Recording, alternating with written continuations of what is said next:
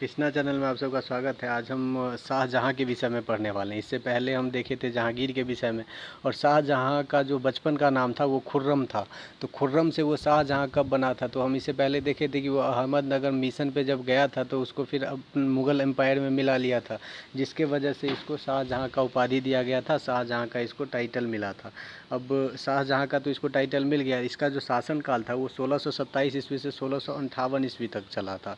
और इसका बर्थ कहाँ हुआ था ये तो देखे ही थे। तो बर्थ 1592 ईस्वी में लाहौर में हुआ था, जो हम पिछले क्लास में ऑलरेडी डिस्कस कर चुके हैं जब जहांगीर के विषय में हम पढ़ रहे थे उस टाइम। अब इसका एक्चुअल नेम जो था वो खुर्रम था, वो भी हम बता चुके हैं। क्योंकि एक्चुअल नेम जो खुर्रम था वो कब चेंज हुआ, क्योंकि जब वो अहमदनगर मिशन पे गया, अहमदनगर को फिर अपने मुग़ल एम्पायर में मिला लिया, तब उसका नाम शाहजहाँ मिला। उसका जो ये टाइटल मिला था शाहजहाँ का, और वो शाहजहाँ के नाम से ही फेमस हुआ, खुर्रम के नाम से फेमस नहीं हुआ। लेकिन फिर भी ये क्वेश्चन आ जाता है कि शाहजहाँ का एक्चुअल नेम क्या था या बचपन का नाम क्या था, तो फिर उसको खुर्रम आंसर मार्क करना पड़ेगा। और इसमें फिर देखेंगे कि शाहजहाँ जो है वो कब उसको अपना साम्राज्य मिला, मुग़ल साम्राज्य कब मिला। तो जब 1628 ईस्वी में जहांगीर की मृत्यु हो जाती है, तब शाहजहाँ को सत्ता मिलता है, मुग़ल साम्राज्य का वो शासक बन जाता है। और इसके जो शासनकाल था उसको गोल्डन एरा ऑफ आर्किटेक्चर भी कहा जाता है, क्योंकि इसमें जो है इसके समय काल में, शाहजहाँ के समय काल में बहुत सारा मोनूमेंट्स का निर्माण कराया गया था। जैसे मोती मस्जिद हो गया, जामा मस्जिद हो गया, फिर ताजमहल हो गया, फिर अगर ले लिया जाए तो काश्मीरी गेट हो गया। ये सब बहुत सारा जो मोनूमेंट्स है वो निर्माण करवाए गए थे। तो इसके समय काल को गोल्डन एरा ऑफ आर्किटेक्चर भी कहते हैं। आर्किटेक्चर के लिए स्वर्ण काल के युग से जाना जाता है इसके शासनकाल के युग को। अब 1612 ईस्वी में क्या हुआ, तो खुर्रम जो था 1612 ईस्वी में वो आरजूमंद बानो बेगम से शादी कर लिया। ये आरजूमंद बानो बेगम ही मुमताज़ के नाम से प्रसिद्ध हुई, और ये इन्हीं के प्यार में शाहजहाँ ने ताजमहल का निर्माण करवाया था। तो ये गाना भी है, तू मुमताज़ है मेरे ख्वाबों की मैं तेरे शाहजहाँ, तो इस तरह का गाना बनाया गया है। तो ऐसे इसका बढ़िया ही था, बहुत ज़्यादा ही प्यार था, यही बात है। क्योंकि 19 साल की अवस्था में इसका मैरिज होता है, किसका, तो मुमताज़ का, जो जिसका नाम रहता है आरजूमंद बानो बेगम।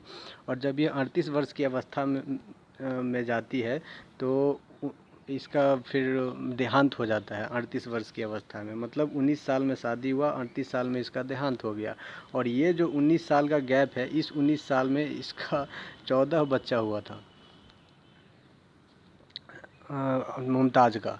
और वो 14 बच्चा में सिर्फ 7 बच्चे ही जीवित रहा, और 7 का डेथ हो गया था। और जब 14वां बच्चे का डिलीवर होने वाला था, तो उसमें क्या हुआ, तो मुमताज़ का जब डिलीवरी होने वाला था 14वें बच्चे का, तो उस टाइम तो इतना ज़्यादा मेडिकल साइंस इम्प्रूव नहीं था। तो उसमें इसके रिलैक्सिन हार्मोन की अभाव हो गई, और रिलैक्सिन हार्मोन के अभाव होने से जो बच्चा है वो निकल नहीं पाया, तो वहीं पे रह गया और उसका मृत्यु हो जाता है। इसी वजह से डिलीवरी के टाइम ही मुमताज़ की मृत्यु हो जाता है। तो 19 वर्ष में 14 बच्चे की माँ बनी थी मुमताज़। अब 7 जो चिल्ड्रेन रह गए उसमें 4 सन था इसका, 4 बेटा था और 3 बेटी थी। अब 4 बेटा में कौन सबसे बड़ा था, दारा शिकोह, फिर औरंगज़ेब और शाह शुजा मुराद बख्श। तो शाह शुजा सबसे छोटा था और दारा शिकोह सबसे बड़ा था। तो इसको एक्चुअली दारा शिकोह को ही सत्ता मिलना चाहिए था। फिर बाद में जा कर के ये चारों भाई में सत्ता को लेकर के युद्ध हो जाता है, वो भी शाहजहाँ के जीते जी। जब वो जिंदा ही था तभी ये सत्ता के लिए चारों भाई आपस में लड़ते हैं।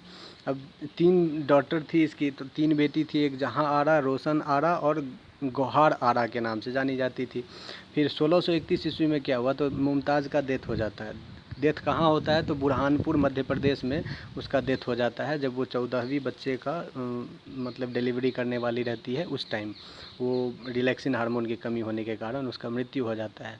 अब इसके बाद हम देखते हैं 1631 ईस्वी में तो इसका मृत्यु हो गया। तो इसके याद में अब शाहजहाँ 1631 ईस्वी में ही कंस्ट्रक्शन शुरू करवा दिया ताजमहल का। और ये जो ताजमहल का कंस्ट्रक्शन है वो कितने वर्ष चला था, तो 1631 ईस्वी से 1653 ईस्वी तक चला था। मतलब 22 वर्ष में ये ताजमहल कंप्लीट हुआ था, बना था।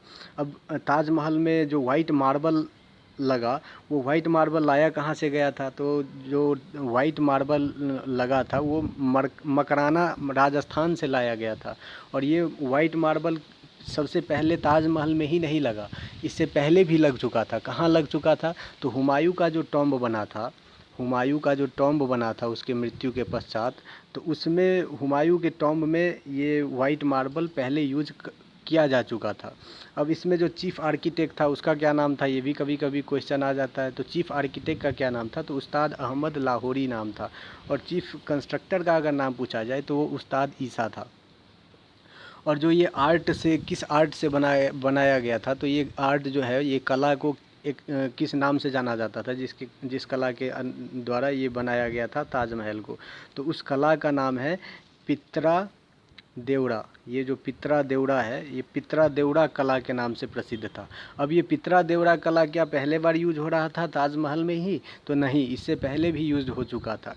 कैसे यूज हो चुका था? तो इससे पहले जब हम जहांगीर के विषय में पढ़ रहे थे, तो जहांगीर फिर नूरजहाँ से मैरिज करती है, मैरिज करता है जहांगीर। नूरजहाँ से जब मैरिज करता है तब नूरजहाँ का पिता को एक टाइटल दिया रहता है। तो किस नाम से जाना जाता था? नूरजहाँ का पिता को किस नाम का टाइटल दिया था?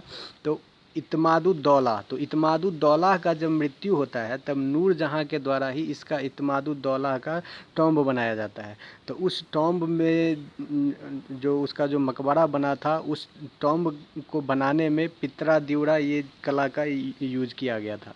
तो ये पहला बार यूज़ नहीं हुआ था, ये पित्रा देवड़ा का।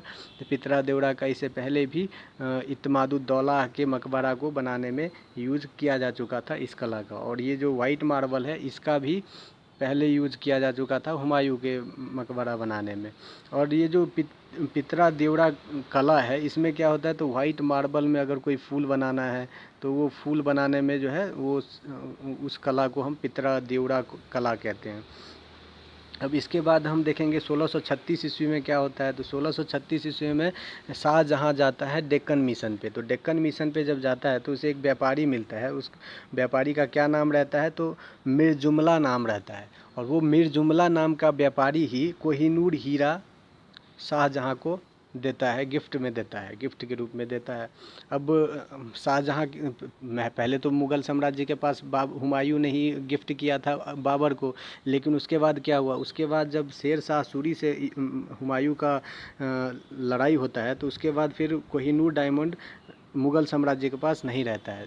जैसे हम इसके बाद हुमायूं के बाद किसके बारे में पढ़े थे? तो अकबर के विषय में पढ़े थे और जहांगीर के विषय में पढ़े थे।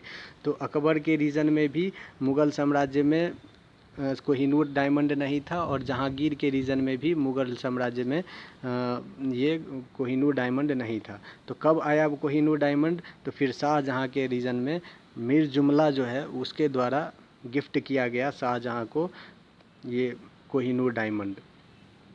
इसके बाद देखते हैं 1638 ईस्वी में क्या होता है। तो शाहजहाँ अपना कैपिटल जो है वो आगरा से दिल्ली शिफ्ट कर देता है। क्यों शिफ्ट कर देता है? क्योंकि वहाँ पे बहुत ज़्यादा गर्मी रहती है, उसकी गर्मी बर्दाश्त नहीं कर पाता है वहाँ का गर्मी, आगरा की गर्मी को।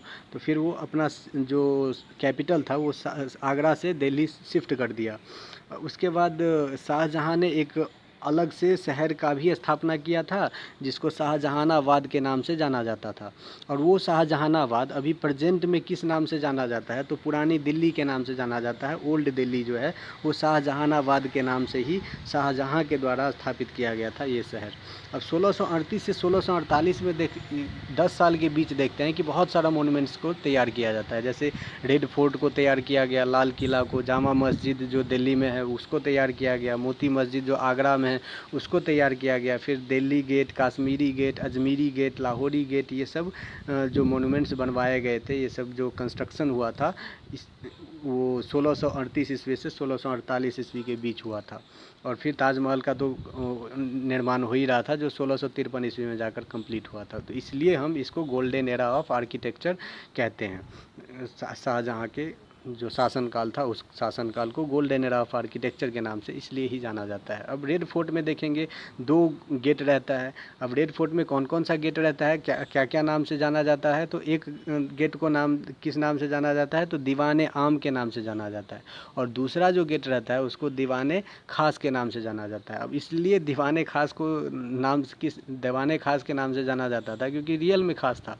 क्यों खास था, तो ये जो दरवाज़ा बनाया था दीवाने खास, ये पूरा गोल्ड का बना हुआ था, पूरा गोल्ड का बना हुआ था, इसलिए हम इसको गोल्ड थ्रोन भी कहते थे और पीकॉक थ्रोन भी कहते हैं। अब ये गोल्ड थ्रोन और पीकॉक थ्रोन के नाम से जाना जाता था ये दीवाने खास जो दरवाज़ा था लाल किला का। इसके बाद ये बहुत ज़्यादा वर्ल्ड फेमस था, ये पूरा विश्व में प्रसिद्ध था ये दरवाज़ा दीवाने खास।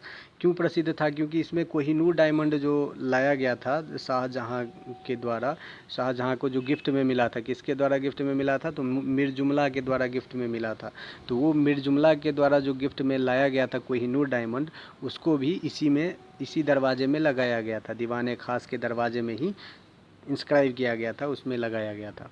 अब 1657 ईस्वी में क्या होता है, तो सक्सेसरशिप का जो उत्तराधिकारी कौन बने इसका लड़ाई शुरू हो जाता है। ऐसे शाहजहाँ क्या करता है, अपने बड़े बेटे दारा शिकोह को उत्तराधिकारी चुन लेता है। अब दारा शिकोह को जब उत्तराधिकारी चुन लेता है तब इसके जो भाई है वो सब में हलचल मच जाता है। जैसे सबसे पहले इसका विरोध किसने कौन कर देता है, तो सबसे पहले जो इसका विरोध करता है वो शाह शुजा के द्वारा विरोध किया जाता है, तब जाके बैटल ऑफ बहादुरपुर होता है। लेकिन उससे पहले हम क्या करेंगे, तो सबसे पहले देख लेते हैं कि किसको कौन कौन सा स्थान मिला हुआ था, किसके अंदर में कौन कौन सा जगह था। तो दारा शिकोह जो था, दारा शिकोह सबसे बड़ा पुत्र था शाहजहाँ का, और उसको आगरा मिला हुआ था। आगरा में शाहजहाँ भी अपने बड़े बेटे दारा शिकोह के साथ ही रहता था।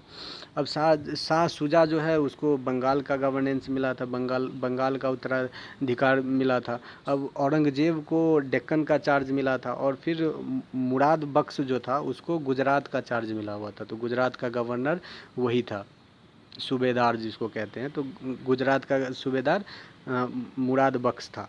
तो अब देखते हैं कि 1658 ईस्वी में जब शाह शुजा को ये बात की पता चलती है कि दारा शिकोह को मुग़ल साम्राज्य बना दिया गया है, तो फिर साम्राज्य का राजा बना दिया गया है मुग़ल साम्राज्य का, तो फिर ये एक बैटल होता है। बैटल को किस नाम से जाना जाता है, तो बैटल ऑफ बहादुरपुर के नाम से जाना जाता है, जिसमें किसके किसके बीच में होता है, तो एक शाह शुजा के बीच में होता है ये युद्ध, और रॉयल आर्मी ऑफ मुगल्स का जो रॉयल आर्मी है उसके बीच ये युद्ध लड़ा जाता है। तो जो मुग़ल का जो सेना था उसका जो नेतृत्व कर रहा था वो जय सिंह और सुलेमान शेख के नाम से जाना जाता है, जो जिसके नेतृत्व में बैटल ऑफ बहादुरपुर लड़ा गया था। और शाह शुजा इसमें हार गया था बुरी तरह से, और फिर अपना बंगाल चला गया था। इसके पश्चात देखते हैं कि जब इस बात की भनक या इस बात की जानकारी जब औरंगजेब को मिलती है कि शाह शुजा युद्ध में हार गया है, तो फिर औरंगजेब अपना बुद्धि लगाता है, और औरंगजेब अपने दूसरे भाई जो है अपने छोटे भाई मुराद बख्श से समझौता कर लेता है। वो दोनों मिल करके एक बड़ी सेना तैयार करता है, मुराद बख्श और औरंगजेब, और दोनों फिर मुग़ल की जो आर्मी है उसके विरुद्ध युद्ध करता है। तो उस युद्ध को किस नाम से जाना जाएगा, तो बैटल ऑफ धर्मत, जो एमपी में युद्ध लड़ा गया था, बैटल ऑफ धर्मत। तो किसके किसके बीच युद्ध लड़ा गया था, तो औरंगजेब और मुराद बख्श की सम्मिलित सेना रॉयल आर्मी जो है मुग़ल की उससे लड़ा था। अब रॉयल आर्मी जो मुग़ल है वो किसके नेतृत्व में युद्ध लड़ा था, तो कासिम खान और जसवंत सिंह के नेतृत्व में रॉयल आर्मी युद्ध लड़ा था। लेकिन रॉयल आर्मी इसमें हार गया था, रॉयल आर्मी को हार की सामना करना पड़ा था, और औरंगजेब और मुराद बख्श की सम्मिलित सेना को जीत मिली थी इस युद्ध में। अब इस बात की जब भनक मतलब इस बात की जब जानकारी मिला दारा शिकोह को कि जो बैटल हुआ था ये बैटल ऑफ धर्मत, इसमें बैटल ऑफ धर्मत में इसमें जो है मुग़ल साम्राज्य का जो रॉयल आर्मी है उसको हार का सामना करना पड़ा है, तब फिर 1658 ईस्वी में ही एक और युद्ध लड़ा जाता है जो दारा शिकोह और औरंगजेब और मुराद बख्श की सम्मिलित सेना के बीच लड़ा जाता है। और उस युद्ध को किस नाम से जाना जाता है, तो बैटल ऑफ समूगढ़ के नाम से जाना जाता है। और ये बैटल ऑफ समूगढ़ का जो युद्ध हुआ था वो भी एमपी में ही लड़ा गया था। और औरंगजेब जो है वो फिर इसके बाद क्या किया, तो दारा शिकोह को बैटल ऑफ समूगढ़ के युद्ध में हरा दिया और जीवित छोड़ दिया। फिर औरंगज़ेब ने क्या किया, तो अटैक कर दिया आगरा फोर्ट पे। आगरा का जो किला है उस पे अटैक कर दिया, और वहाँ पे शाहजहाँ रहता था, तो शाहजहाँ को फिर बंदी बना लिया और उसको कारावास में डाल दिया। अब 1658 ईस्वी से वो फिर शाहजहाँ अपना जो बचा जीवन था वो अपना कैद आवास में ही, मतलब जेल में ही काटता है, कारावास में ही अपना बचा जीवन व्यतीत करता है। अब उसमें जब ये अपने पिता को बंदी बना लेता है औरंगज़ेब, तब फिर क्या करता है, तो अपना कोरोनेशन, जो पहला जो राज्याभिषेक है वो करवा लेता है। वो पहला राज्याभिषेक कहाँ करवाता है, तो 1658 ईस्वी में वो आगरा किला में ही अपना पहला राज्याभिषेक करवा लेता है। और जो इसका साथ, जिसका साथ ले रहा था औरंगज़ेब, किसका साथ ले रहा था, तो अपने भाई का साथ ले रहा था, मुराद बख्श का। तो उस भाई को, मुराद बख्श को फिर मार देता है। और अब बचा कितना, 2 भाई और बचा हुआ था, तो ये सारे भाई को धीरे धीरे मार देता है। जैसे फर्स्ट कोरोनेशन, पहला राज्याभिषेक हो गया। अब 1659 ईस्वी में जब मुराद बख्श की मृत्यु की पता चला इसको, शाह शुजा को, तो फिर शाह शुजा भड़क गया और शाह शुजा फिर औरंगज़ेब के खिलाफ़ लड़ने के लिए तैयार हो गया। और फिर एक युद्ध होता है जो जिसको किस नाम से जाना जाता है, तो बैटल ऑफ खंजुआ के नाम से जाना जाता है। तो खंजुआ का युद्ध होता है, वो किसके किसके बीच होता है, तो औरंगज़ेब और शाह शुजा के बीच में होता है। और औरंगज़ेब क्या करता है, तो शाह शुजा को भी मार देता है। तो अब 2 भाई को मार दिया, अब सिर्फ एक बड़ा भाई बचा हुआ था जिसका नाम था दारा शिकोह।